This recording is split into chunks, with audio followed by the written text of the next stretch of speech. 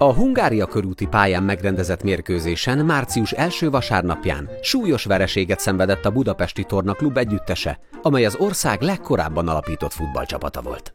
A Vasas nagyfölényében főleg Takács brillírozott, aki az első félidőben 1, a másodikban pedig 3 gólt lőtt.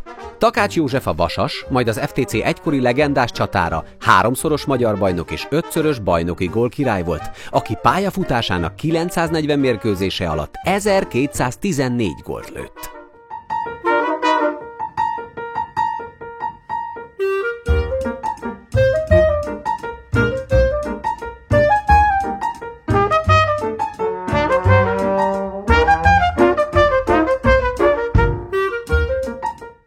Ugyanazon a napon, szintén a Hungária körúti pályán mérte össze erejét az MTK és a Vívó és Atlétikai Klub csapata.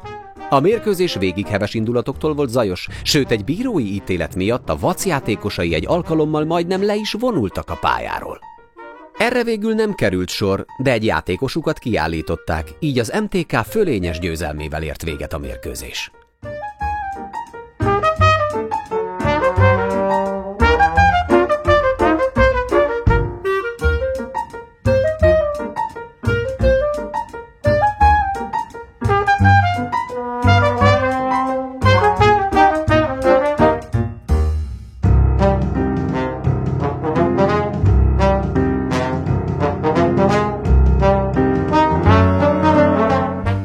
Egy héttel később, kellemes koratavaszi időben tartották meg a Városliget szomszédságában lévő ügetőversenypályán az 1925-ös szezon nyitó versenyét, amely a jelentős áremelkedés ellenére is rengeteg embert csalt ki a szabadba. Az ügetőversenyzés viszonylag fiatal sportnak számított ekkoriban. Ez a pálya is, amely a mai M3-as kijáratánál a metró mexikói úti végállomása mögött volt, nem sokkal korábban jött létre, és csak 30 évig volt itt. Az egyetlen még ma is álló épület ezen a felvételen a Nádasi Ferenc gimnázium, amely a győztes bécsi hajtó Celot mester mögött látható.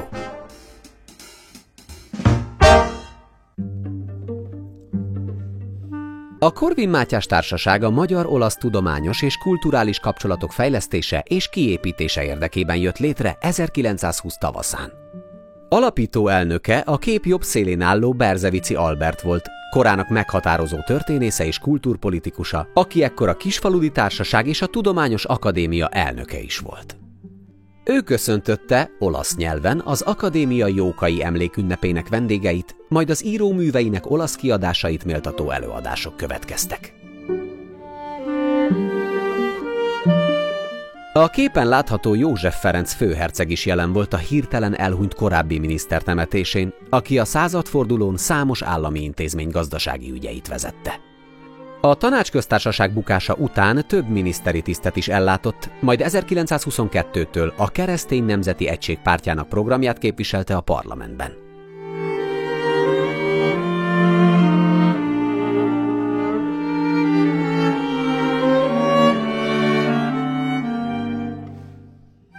Még ugyanazon a héten tűzoltók és vámőrök díszmenete kísérte a Fiumei úton annak a főtisztviselőnek a koporsóját, aki több mint 30 évig tevékenykedett Budapest közlekedésének fejlesztéséért. A székesfőváros út- és csatornahálózatának kiépítése kapcsán komoly érdemeket szerzett tanácsost a Sírnál Sipőc Jenő polgármester búcsúztatta, aki rövid pályafutása alatt kétszer is betöltötte a főpolgármesteri tisztet.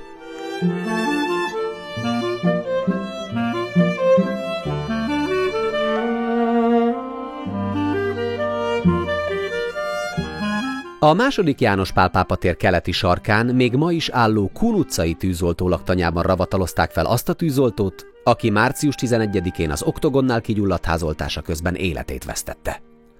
A tüzet a tetőn szakszerűtlenül elhelyezett Modiano cigaretta elektromos reklámja okozta, amely Budapest egyik első fényreklámja volt. A tüzet a rosszul működő telefonközpont miatt csak jelentős késéssel sikerült jelezni, így mire az első tűzoltóautó kiért, már lángokban állt a bérház teteje. A leszakadt párkányzat nem csak emberéletet követelt, hanem a tömlőket is elvágta, így valóságos rémálommá vált az oltás, amit az összeverődött bámészkodók csak még inkább megnehezítettek.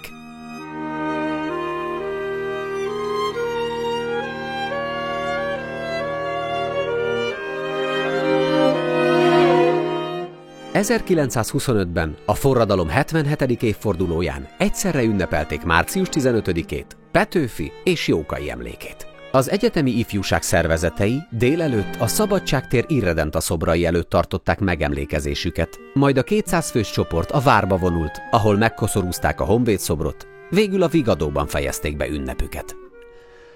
A Petőfi szobornál délután 4-kor az Ébredő Magyarok Egyesülete tartott megemlékezést, amelyen az ifjúsági szónokok után Lendvai István nemzetgyűlési képviselő mondott beszédet. A szociáldemokrata munkásság szokásos márciusi ünnepét a rendőrség nem engedélyezte, mert arra az időre és helyszínre már a keresztény szocialista egyesületek és az egyetemi ifjúság kapott engedélyt.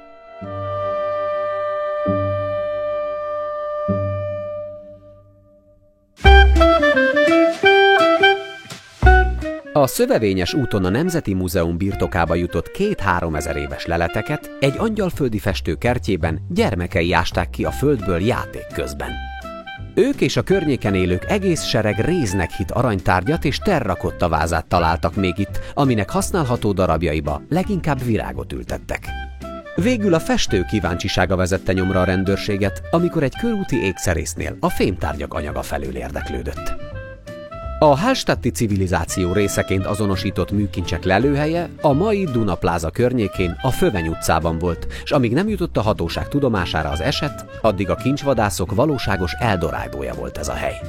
A felfedezés nyomán sorra kerültek elő innen-onnan a már korábban értékesített műkincsek, amelyek nagy része egy József körúti kocsmában cserélt gazdát.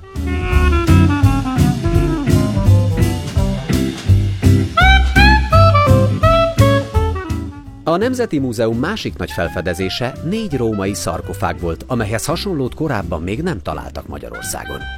Még az előző évben egy Komárom melletti birtokon szántás közben fordított ki az eke latinbetűs mészkődarabokat, amelyeket a helyiek jobb ötlet híján beépítettek házaikba. Amikor azonban előkerültek az első komolyabb darabok, jobbnak látták értesíteni a Nemzeti Múzeumot, amelynek régészei azonnal megkezdték az ásatást. A Krisztus utáni 4.-5. századból származó szarkofágok mellett sírmellékletként számos arany- és ezüstpénzt, valamint ékszereket és bronzkorsókat is találtak, amelyekről kiderült, hogy már korábban is bukkantak fel itt ehhez hasonló tárgyak, amelyeket a lakosság folyamatosan külföldi kereskedőknek adogatott el.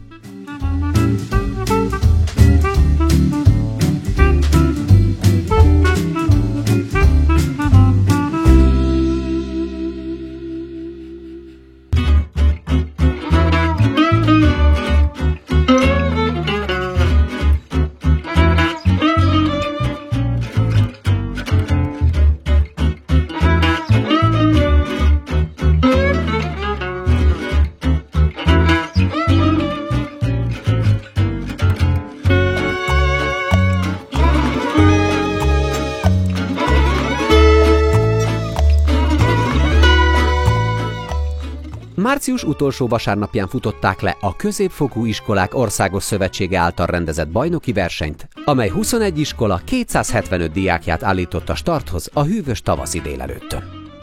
Az élénk érdeklődés ellenére azonban a versenyt megóvta a zsűri, mert a pályabíró jelentése alapján csak 5-en futottak helyes irányba, a többiek eltévesztették az útvonalat az akkor még teljesen beépítetlen Lágymányosi Beac pályán.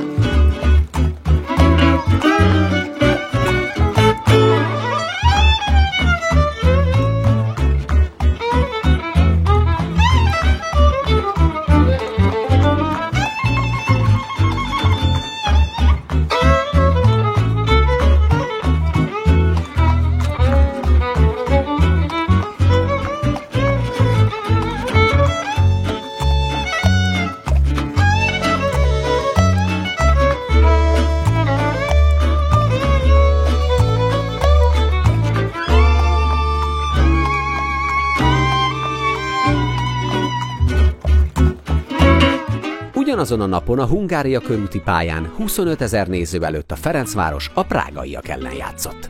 A csehszlovák együttes az erős és állandó szélben nem boldogult finom passzjátékával, így annak ellenére, hogy a Slavia győzelmét majdnem mindenki előre megjósolta, mégis alul maradt az FTC csapatával szemben. A mérkőzés egyetlen gólját az első félidő végén Stecovics László lőtte.